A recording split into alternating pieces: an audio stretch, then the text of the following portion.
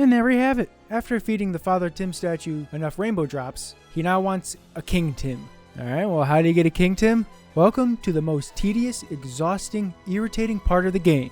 Feeding a Tim a certain amount of one color grants them a medal of that color of drop. They need a cyan, pink, and red medal. And forget the color yellow. So that meant we had to once again break the code of conduct and search high and low for cyan, pink, and red drops. You can't just throw your drops out for everyone to feast on either. No, you'd be a fool for doing that because your special Tim will only have time to eat a couple as opposed to a bunch, thus slowing the process. Because all these other little bastards want their fair share too. Now, get out of here, all of you, get! So Mike had to herd them away in order for the chosen Tim to eat all by himself, like he was playing Puffle Roundup in Club Penguin. Seems like a genius plan, but it backfired half the time, because after eating like 2 drops, the little bastard would run off to the tower, like an impatient 8-year-old who stops eating their Burger King chicken nuggets to go play in the playpen. So we had to fish him out like an angry parent and repeat it all again. There were a few moments where our chosen Tim would obtain 2 out of the 3 medals, but then just vanished. What the hell? I mean, maybe he died or got lost during our adventures of collecting more drops. So we had to start all over. We finally got our big boy with all 3 medals, but oh no, there's more. You have to do this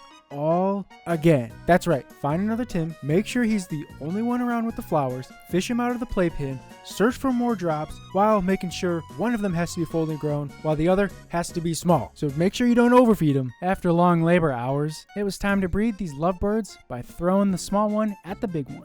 Yeah, that's their method of breeding. No time for kink shaming. They should drop an egg, and a newborn Tim with a crown should hatch from it. It's random chance.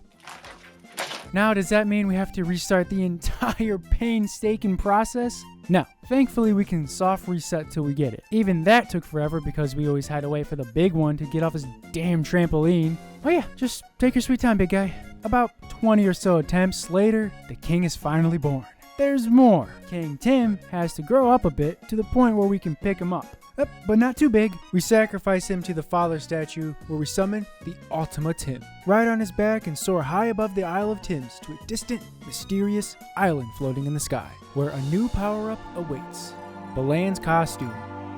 Cool. Is this going to be on the test? Yes. It's definitely a neat secret. The question is, was it even worth a big fat no? The entire process was just a massive headache. None of it was fun for us. How in the world would someone figure this out? We only knew because we looked it up.